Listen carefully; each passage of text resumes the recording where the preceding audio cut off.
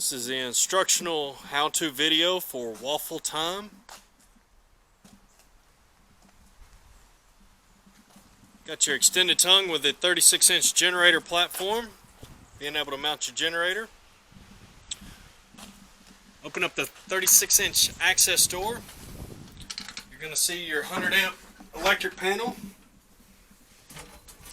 You're going to have all 20-amp independent circuits. I've got the power cord running down through the cable hatch with the door closed like so. It's plugged into our main building power. We'll go ahead and talk about your sink package. We've got your 30-gallon freshwater tank. Got your 2-gallon water heater and your water pump here. The wastewater tank, I'll show you in just a moment, is under the trailer. We've got a blowout valve installed on this trailer. That way you can winterize the trailer if it's going to be below freezing for the weather. You would simply hook your air hose up to this adapter here. After you have drained your freshwater tank, which is this line here, once that's finished and the tank is empty, make sure this valve is off. You'll take and turn the valve to the tank off. You'll hook or open this line up and then go inside and turn your hot water faucets on first, slowly. That way you can remove all of the water out of the water heater. And then once the hot water side's done, then you will do the cold water side. Before you turn the faucets on and leave this area, with your air hose hooked up, make sure that you unplug both the water pump and the water heater. The water pump will continue to run because it's looking for water to be pressurized, and the water heater, if you leave it plugged up, it could burn the element up. You could also plug in a small heater at this outlet and keep a heater in this area. If it's going to be below 32, if it's going to be just overnight to keep your freshwater tank from freezing, or your lines, you just want to keep that everything either winterized or keep a heater in that area for warmth. We have our city water fill box located here. This is how you fill your freshwater tank. So this is the tank opening. You put your food grade water hose in through here. Let the freshwater tank fill up. This again is going to be for running the water pump itself. If you need to run any sanitizer or bleach in the system for cleaning the tank, you do so through here. If you are given pressurized water continuously, you can hook up your food grade hose through here. This is a 3/4 inch regular hose fitting. At that point, if you use the pressurized water line, make sure that you unplug the water pump. There is no use for the water pump when using the pressurized water. You can simply move this flap out of the way and be able to lock up the box so nobody can tamper with the water hose on this side. We have your wastewater location right here. You can hook up your 3-inch hose, or you can hook up a 3/4 inch hose. Either one, once you have the hose hooked up, simply pull this valve and water will flow out like so. Once finished, make sure that you close the valve and you put the lid back on in place. I fill the tank for demonstrational purposes. The tank will be empty once the video is finished. So you've got your side entry door, got your exterior light on.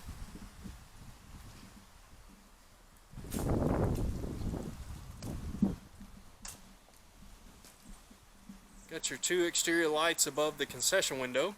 So before we ever put gas into the system, want to make sure that, or turn the propane on, want to make sure the window's up.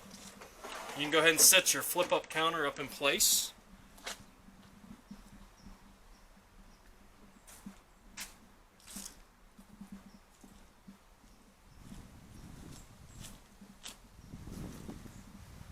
got your two 100-pound propane tanks here on the rear of the trailer. Again, your tanks are empty. I'm hooked up to a live tank that I'll demonstrate how everything works here in just a moment.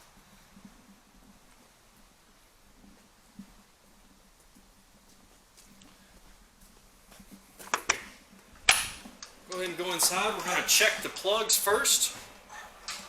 As you can see, demonstration that you got correct power. We have your 3 plugs that you wanted added for your waffle irons.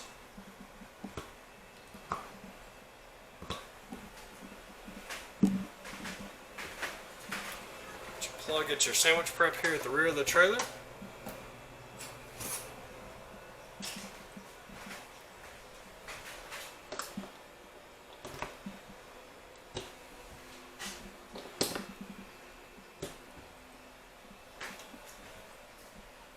So before I ever turned the electricity on to the water heater, I made sure I had continuous water flow out of both sides. As you can see, the water pump's on because I turned that valve off and never turned it back on. So again, I'm going to make sure that you got continuous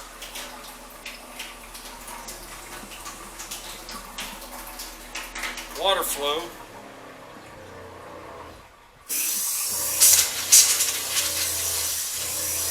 Like you see here.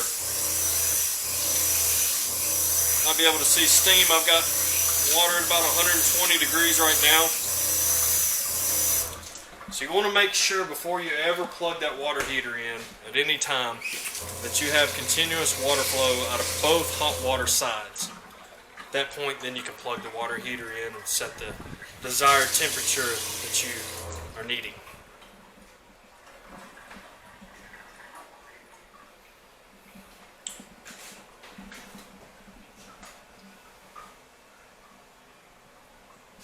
That's your AC unit.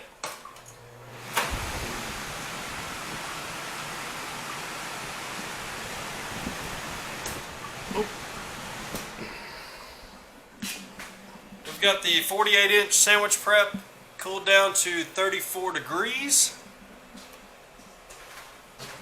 We have the double door fridge at 36. And we've got the 28-inch at 37 and cooling down. All of the pans are in their original packaging. Got 8 pans on the 28 back here. We got 12 pans over here on the 48s.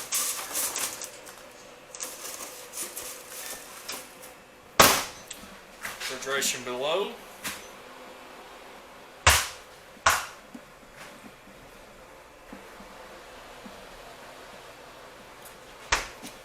Inside your double door fridge, got the packaging in its original place.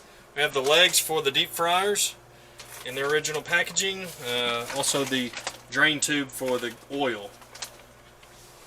We've got the manual for the fire suppression system also in here. We highly recommend that you read all manuals before operating any of the equipment. Again, I'm fixing to fire up the equipment and show you how it all functions. Before we do so, we'll go over the fire suppression. You have your tank located here, and above the entry door we have your control head. The system is live and ready to go, although when you get back to your hometown state, you'll need to reach out to a local fire suppression company, have them come out. They will inspect and tag the system, and then your fire marshal can come out and inspect and tag the system. So before we ever turn the gas on, you need to flip this switch here. That turns your hood system on. That way, if there is any gas that's getting pulled out. So we'll go to our propane tank. We're going to turn the tank on by rotating the knob. Again, you have the same style tank. Once you have the gas on, you're here at the shutoff valve. You want to slowly turn the shutoff valve in the on position, which is going to be running in line with the gas line. While doing this, you're going to be listening for any gas flowing through this regulator. At this point, there should never be gas coming through here when you're starting up the system. Everything should be in the off position. Both your fryers and your griddle, all knobs, should be off. If you hear gas coming through this when startup, immediately shut the system off, go in, inspect what might be on, or what line might be loose. If you do not see anything there, contact a local gas company to come out and inspect the gas lines under the trailer. So again, turn the gas on, we're good and pressurized, ready to fire up the equipment.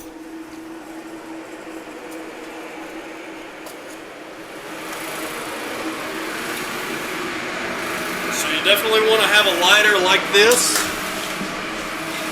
And these are going to be in the off position. Down below, you're going to see at the end of the flexible style hose is your pilot lights.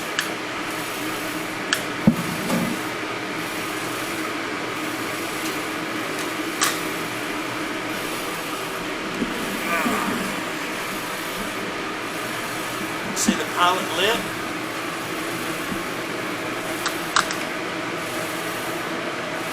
Once those pilots are lit, then you can turn your burners to the desired temperature.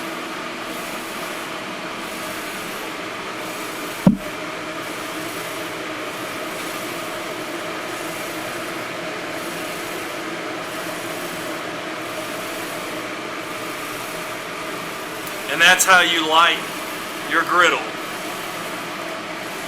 At the beginning of the day, when you light the pilots, you might not be using the griddle for some time. It's perfectly fine. Go ahead and light the pilots. Use the griddle as needed. Turn it back off. Your pilots will remain lit. If you want to shut the griddle off itself under the griddle counter, that valve located there, you can turn the handle a quarter turn and cut the complete gas supply off to that griddle if you did not want it open at all. We're going to come around to the deep fryer. I'm going to remove this shield for easy viewing. We're going to make sure this valve is, or this knob is off, your thermostat. You're going to rotate this button to where the L meets the red dot and push in. In doing so, then you're going to be lighting this piece here. I'll have to set the camera down for that to happen.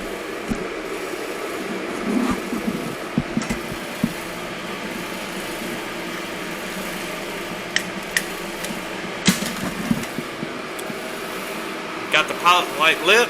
I'm still holding the button in. Generally give it about 10 seconds. Let this thermocoupler get hot. When you can let off, like I have done, and it stays lit, simply turn this control knob to the on position. And then you have full control for your thermostat. Before turning the thermostat on, make sure you put this cover back in its spot.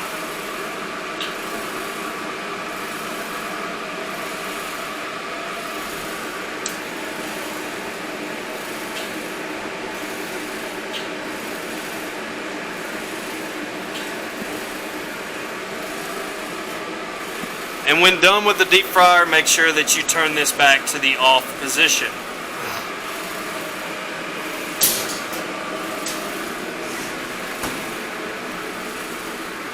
Again, do the same thing with this deep fryer here. Pushing this button in, and again, we're going to light this part.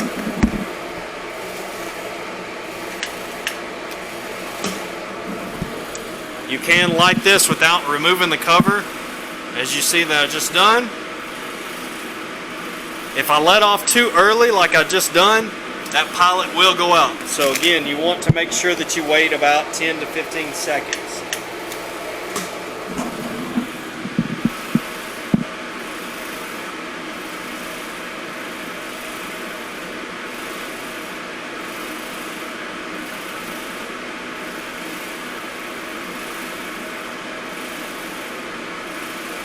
I'm rotating my valve in the on position, and I'm good to operate my thermostat.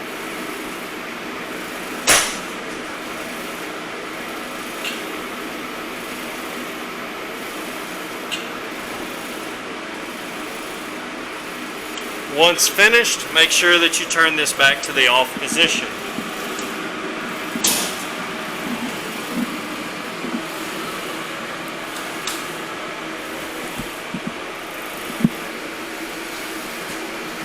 That is how you properly light your gas equipment.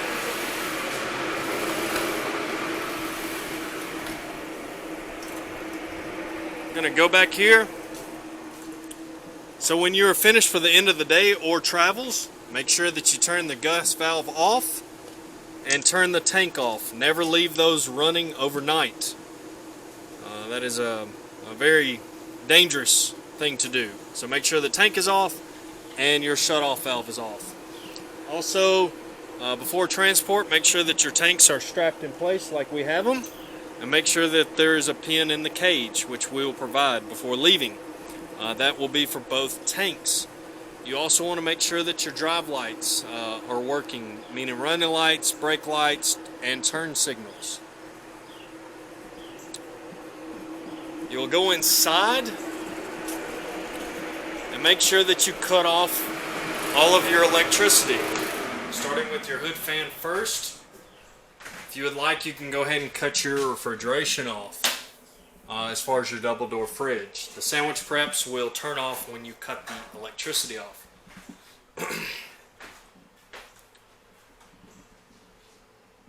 The AC will need to be off as well,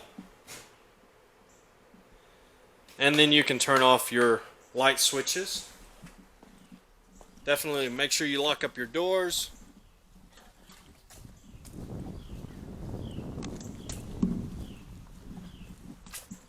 Push upward for your flip-up counter to go down, and then shut and latch your door. Not a bad idea to go ahead and make sure that your lug nuts are good and tight every time that you do transport your trailer.